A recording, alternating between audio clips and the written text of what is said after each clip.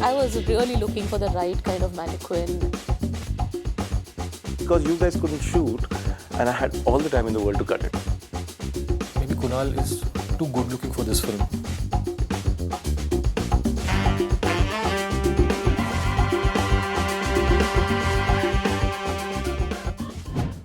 I mean, the title Ankahi is extremely appropriate because the whole idea is that you sort of develop a perception of yourself, assuming this is what the partner believes about you. Yeah. You think this is how they see me, and then you have this anger, this resentment, all of this believing something that you've never spoken to them about. I feel the whole love in various forms is very untold, Right. very unsaid. The idea of love transforms itself into various meanings in different phases of your life. Yeah, for me too. I mean, I think Ankahi is a great title because Ankahi Kahaniya is a great title because it works two ways for me. You know, Untold Ankahi is also the characters in my film. They do not talk. They do not say much. So it's everything that's going within, it's happening within them is untold. And at the same time, the story itself is in sort of an untold story about Bombay. All stories about Bombay are about somebody coming into Bombay, while this story is about them leaving Bombay, you know. The casting process in my film was, it was these two kids, you know, that was the thing. And for me, Rinku was a natural choice and a very early one, of course. She's one of the best actors I've ever worked with in my life. She's electric, that girl. And having seen Sairat, you know, I thought that this would be a great counterpoint to a movie like Sairat, which is all about rebellion and running away and burning everything. And this was just completely the other end of the spectrum. So I thought it was a great counterpoint, and therefore, Rinku was a great choice. And looking for Nandu's character was harder. Taran, my casting director, had to really audition a lot of young men, and you know, and this goes out to all the young men who wants to become actors. They've just become so beefed up and urbane that it's impossible to make them characters anymore.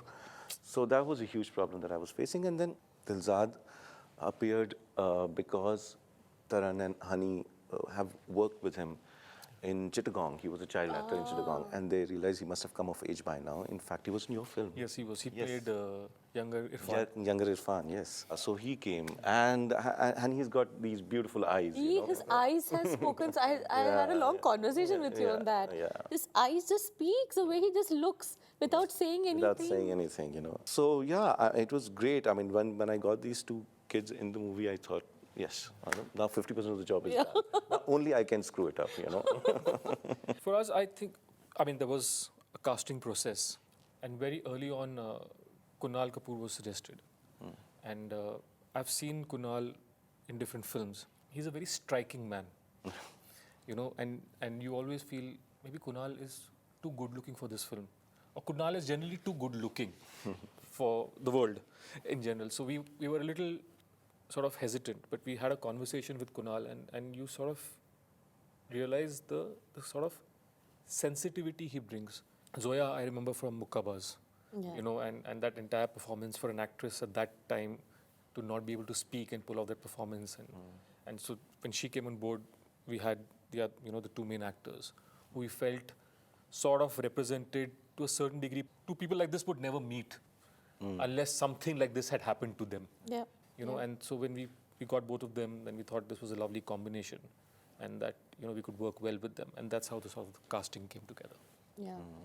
I felt that it was very important to get someone completely different whom we have not seen in cinema doing the same kind of roles. I think all of us as creators have always been tagged to do some kind of work. Like I would love to do what Chaube does. मेरे को एक ऐसा script आ जाए तो बहुत मजा आ जाएगा. So Abhishek, I've always seen him in these really angry roles, and I felt that to give him something like this would be a softer side to him.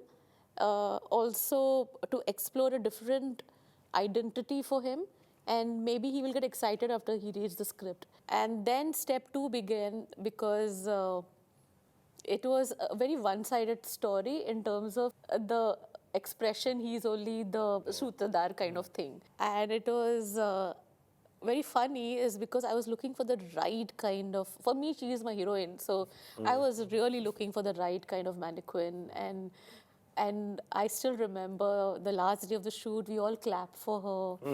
We felt that, like, you know, she is just there around us. We clapped for her. We told her also pack up. Abhishek literally hugged her and felt that, you know, she's leaving because her eyes used to speak so much. So I wanted a mannequin whose eyes could speak. Right. I think always our first cuts are really long. So my first cut was 40.